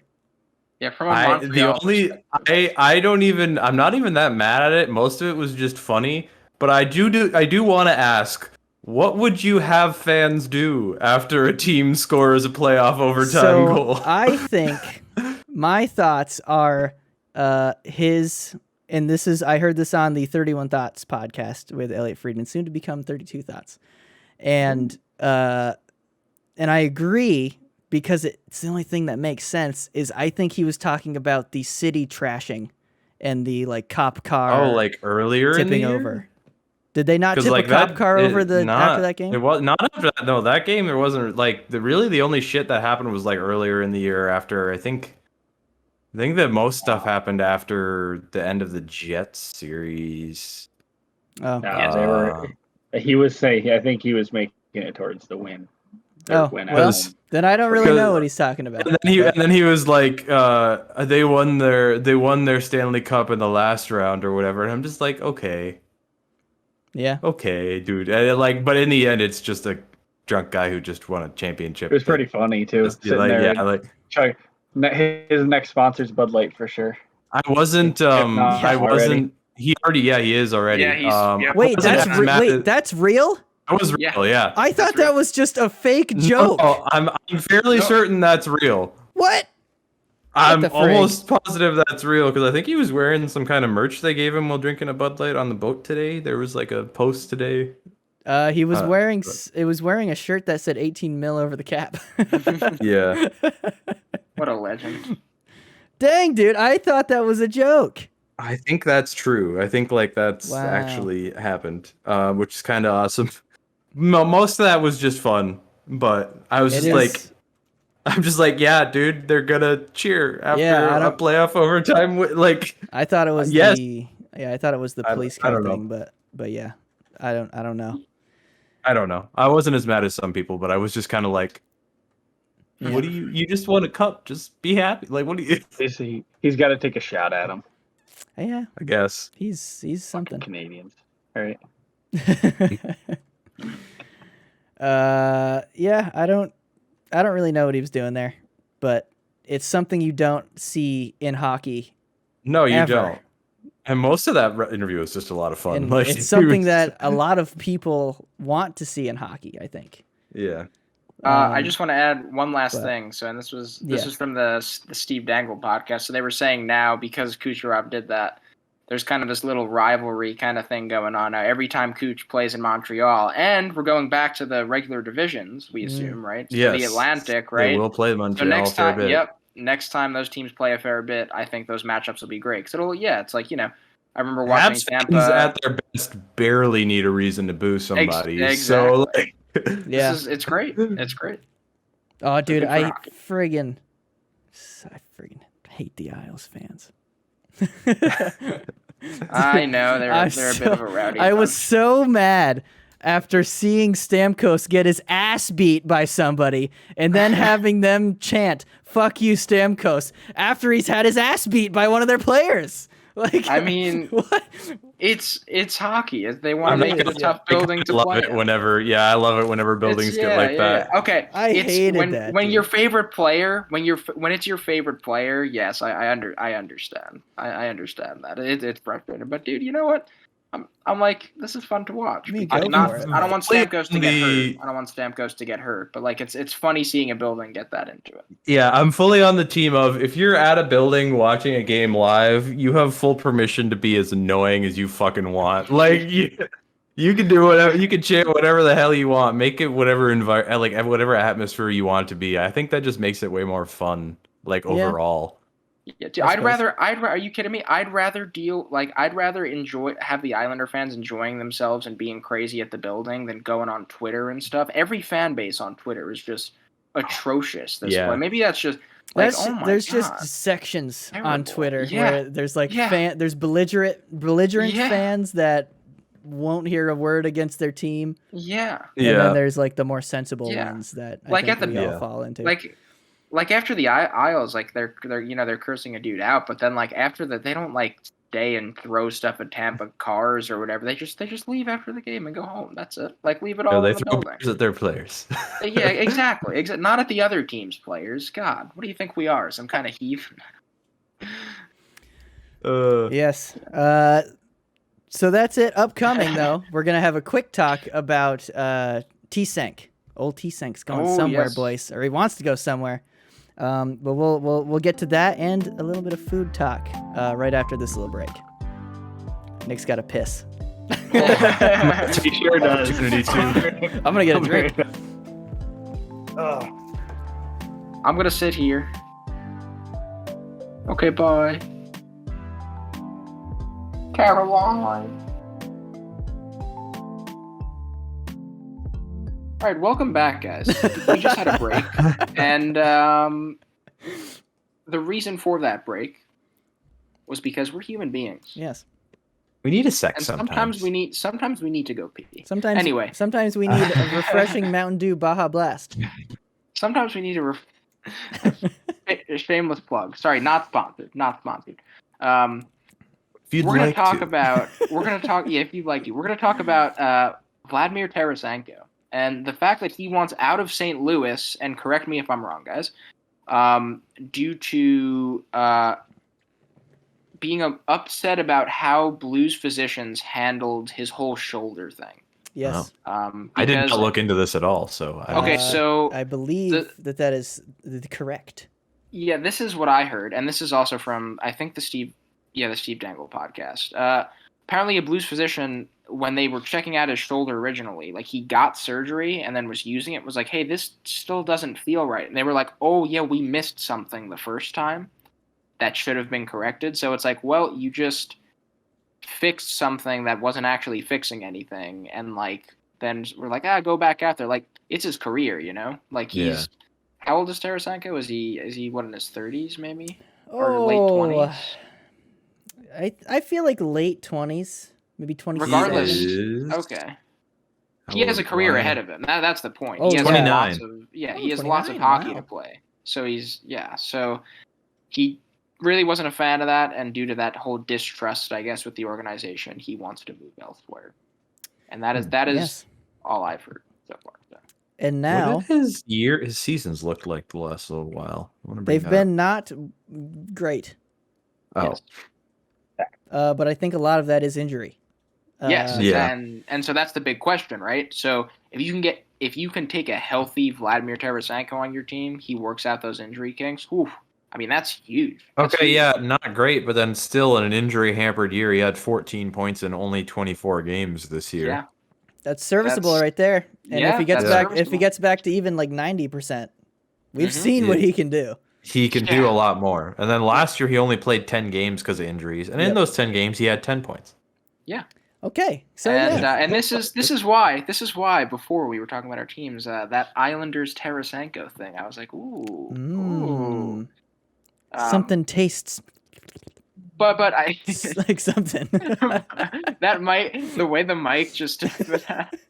Uh, I want to ask you guys though, where do you think Tarasenko would? I mean, maybe want to play or end up realistically? I have a tasty take.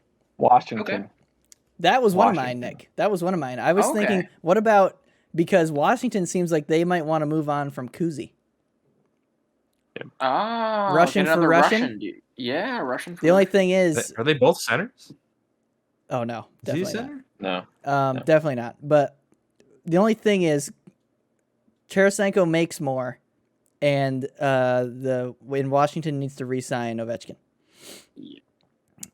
Or they can let him walk. I guess, That would be if you do wild that. if Ovechkin goes somewhere But else. Kuznetsov does make some good money there. I do know that. 6. He's on a fairly 7? fresh contract, I believe. I'm not sure. He makes Yeah, what? How much? Wait, give me a second, because I think that might be like a cheaper one, and he already has another This extension. says 7.8 for me.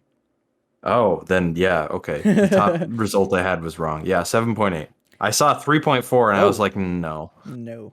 7.8. So that was something I had in my head. But my like interesting, what I would like to see, even though they're in the Lightning's division, Florida. Ooh. Florida has a lot of cap space. They have some very good players on very cheap deals, Mm-hmm. and they've got a crap load of picks. Interesting. So And I I was know there's like Russians tend to like it down in Florida. friggin' right. They Bob. all go down Bob. there and sign there. So that was my Uh, thought, and I was like, Interesting. that That's could a be good take, Mike. I like that. That could be interesting. I like Fuck that. That could be really The Atlantic doesn't need no. The Atlantic just gets Nah. better and better and better. Yeah, Listen. fuck off. If you can get out of the Atlantic in a playoff spot, though, that means you're the real deal. That means People will take you you're good. seriously. Yeah. Yeah. Yeah, what are we looking at? We got Tampa, Toronto, Boston, Florida, the Habs. Those are probably the top 5. Yep. Then we've Yep, got Ottawa. and then Could surprise some people. Yeah. Detroit. And who Detroit. I think they're gonna be a little. I think they're And gonna also, be a little like they're not gonna be good, but they're gonna be a lot more competitive and a lot more of a harder out than I think a lot of people are giving them credit for. Yeah. Is That's interesting. that all the teams?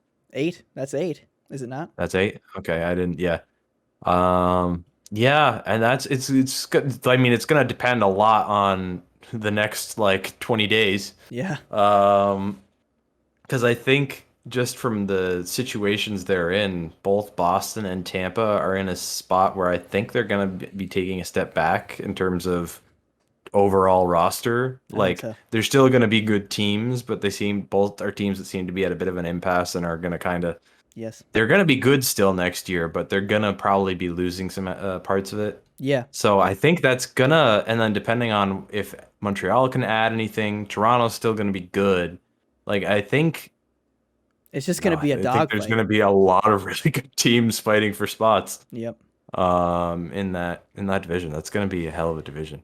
Jeez. Oh, the one we were forgetting was Buffalo. Buffalo, Sorry. who's starting goalie this coming year will be no. Carter Hutton if they don't sign back Mr. Oh Hallmark. yeah, they got to get Allmark back. He was like their one good player last year. Yeah. You know what? Let's talk about Buffalo next time because that could be a long I had conversation. it took We a may second. need to- I had fully forgotten about. I had as well. We may need to bring Danielle in on this one. We can bring Danielle. She doesn't know a whole lot, but we can bring her in. All right. So does anyone else have anything to say bring about it back. Tarasenko? To bring it back. Tarasenko? Yeah. Anyone else? T-Sank? Benny? No, I don't really. I'll probably have something to say once he goes somewhere, and then there'll be something. But like, I don't really know enough about that situation to be like, oh, I think he's gonna go to this place. So Nick? I'll wait and see anything on else? that one. You got a thought, Nicholas? He said the Caps. Caps is where you're I sticking with? think the Caps. I was thinking maybe Carolina, but Carolina's got their own problems with like Dougie. That Yeah, I they don't got to think they're resign going to bring him. another guy in like that. I want the Habs to go after Dougie Hamilton so bad. That would be All right. helpful. So You know what? You know what? Fuck it. Send him up north and send him to Edmonton. Edmonton. Ooh. Tarasenko to alright. Edmonton? Oh. That is not what they need right now. Yeah, I was thinking of Edmonton. Like I was going through every They need team. a and I was defenseman. like, yeah. They You know need what, Duncan Yeah, no, I think. Well, maybe Keith. Duncan Keith. he could help out. Like, he could bolster like the New York, like the Ranger offense too. Like, if he That was a thought really I had as good, well. Like, if he played with Panarin there, that could Ooh, be. I think they played the same position. Or is he a left Yeah, winger? aren't they both? No, he's right wing. I just looked it up. Yeah. Or So, Tarasenko is anyway. That's a nice little right side you got there. That'd That be a would hell be- of a power play unit too. Imagine Yeah. that power play unit. Both guys can shoot. Ooh. But I think not next episode, but by 2 episodes from now, we're gonna have a lot of these answers. The in real life episode. Yeah. Yeah. Oh yeah. We're gonna. I forgot we were gonna Yeah, do a that's right. All right, guys. in-person epi. Guys. So Tarasenko is Russian, right? East. Yes. He grew up where it was cold. You know what else is cold? Ice cream. Oh God. So let's hear your pick. Hell of a segue. Welcome to snack time. Snack with the time. Wolfpackers. I can't wait until you record us our little beat, Eric, to lead in. I know. I need to. Excited. I need. All right. Who wants to start it I off? want it Nick? to sound just like the P Hub intro. Please no. I can't. All That's right. I feel. Anyway, Okay. Yeah. What's P Hub? I don't know. jeez. All right. Free What's who wants to tell us their favorite ice cream flavors? Nick's got I got three. my top 3. Nick's got 3 loaded, locked and Okay. loaded. All right. So my top 3. 2 of them are from good old Stews. So And mine are gonna be pretty heavy on the Stewie's flavors as well. So to preface So this, Nick, preface this. So for our subscribers that are not from the northern New York region or New York region, I think they have it in like New England. Like I think there's some in Vermont too. Within if the I'm New- correct. New- like New it's like a New England Englandly area chain. It's Yep. not any. It's not. It's not south of New York. No, I don't That think is so. true. Yeah. No way. that is true. But It is Stewart's is a local gas station ice cream food. convenience store Yeah. type chain. It's like a 7-Eleven kind of deal. And Yeah. what Stewart's has mastered is their ice cream. And It's true. ooh, is it tasty. All the hard ice cream flavors in the world. It's very good, Not very soft creamy, serve, but that's okay. very tasty ice cream. And they have a bountiful amount of flavors. I have 2 Stewart's pints in my freezer right now. Very nice. I have a half gallon in my parents' freezer right now. I was with you when you bought that. And Oh. that one is my number 3 favorite. That would be Stargazer. Which What for is those who don't know what Stargazer I don't even know. Stargazer is a very tasty ice cream. It is the flavor profile is based off of like a Milky Way. and What's it in the has damn Milky ice Way in cream? it. It's like a vanilla hybrid ice cream, vanilla caramel with like it's flavored like Milky Way style. Oh, It okay. is fucking tasty. That does sound good. Tasty. Number 2 is Crumbs Along the Mohawk, Oh, which is another Stewart's ice cream. think It's that's a good one. it's like a graham crackery ice Yep. cream. Ooh, that sounds really good. And his And then number my one. number 1 favorite that I haven't had in forever, but I used to be my favorite is chocolate marshmallow. that's a good one. It's very simple, but I almost made my noise again. I'm not gonna. I'm not gonna. All Stewart's flavors. Well, is chocolate marshmallow Stewart's flavor? Yeah, you might be able to get that. Like I know you can get that from other places, like other than just Stewart's, like but Freihofer's. No, do they make ice cream or is that just cookies? they make bread and cookies. Okay, so not Freihofer's. You can. I know you can get chocolate marshmallow from Burned Dairy. Burned dairy. So, Okay, nice. That is Very nice. big one. Rick, we'll go to you because we'll skip so that we don't have too much Stewart's in one in one row. Yeah, so I'll preface this. I grew up on Long Island, so I didn't really have any Stewies. I learned about the magic of Stewies once I met all the 3 of you. Came up to Stewie's Walks. Plattsburgh for college. Yep. So I'd say to start off, my go-to flavor, it's very simple, just vanilla chocolate soft serve swirl. It's super Ooh. basic, but Yep, it's good. I had that tonight before our podcast. Where'd you go?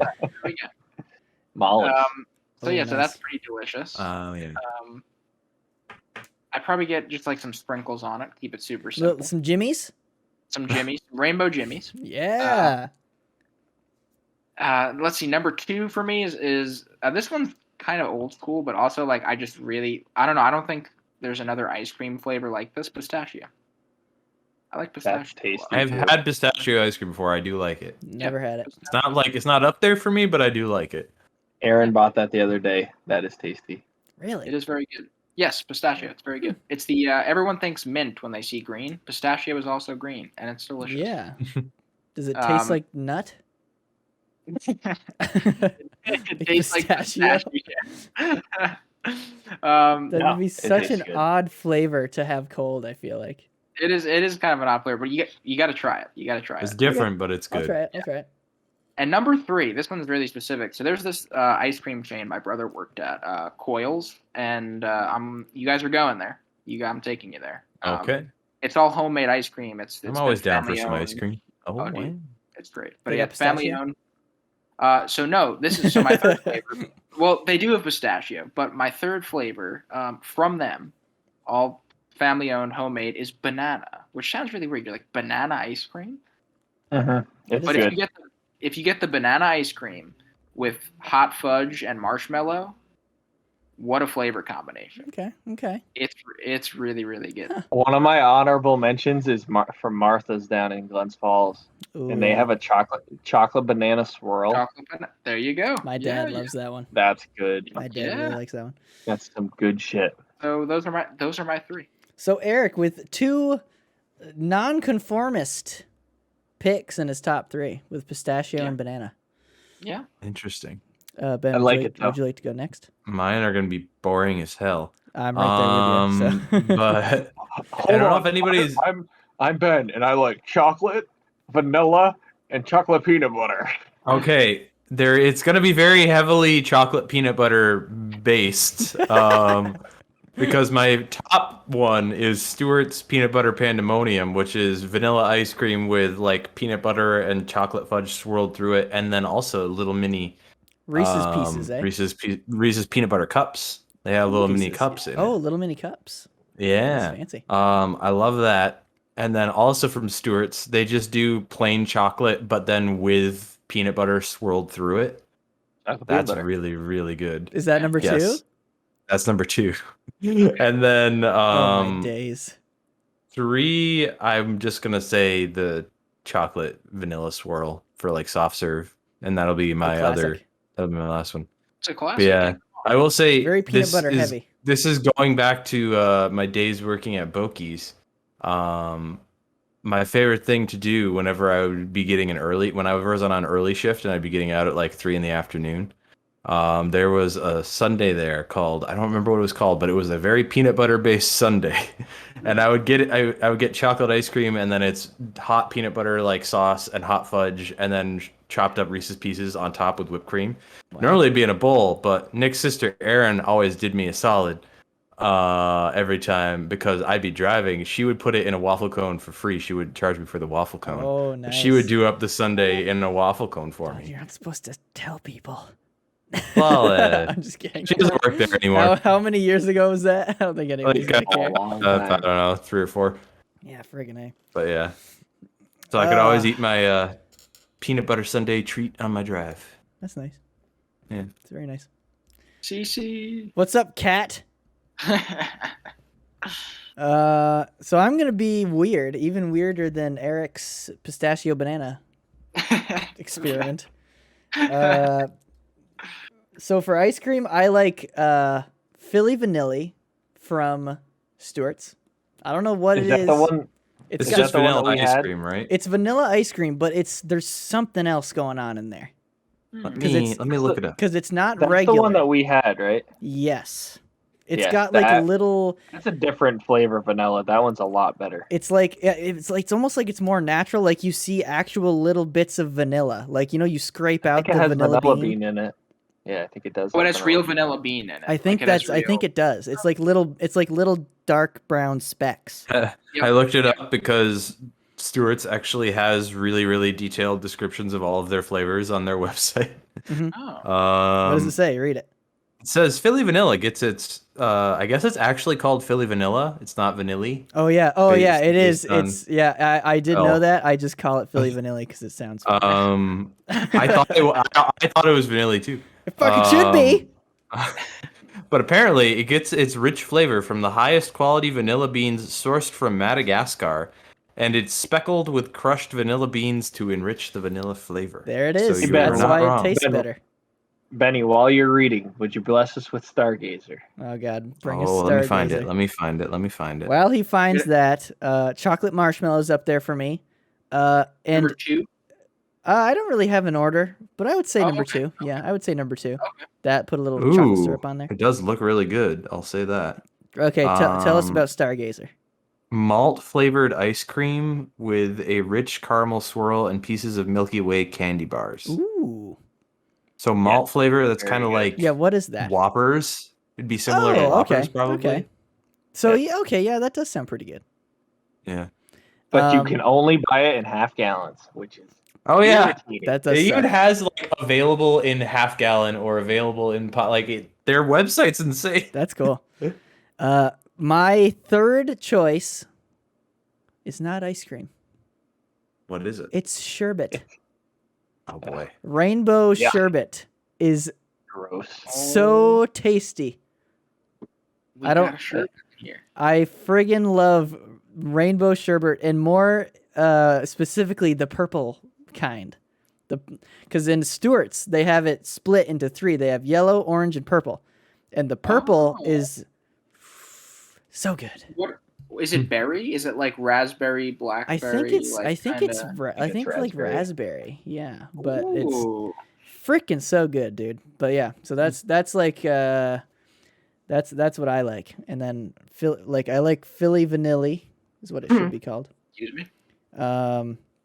I like that. You put a little caramel syrup on there. It's good. Ooh. But that's me.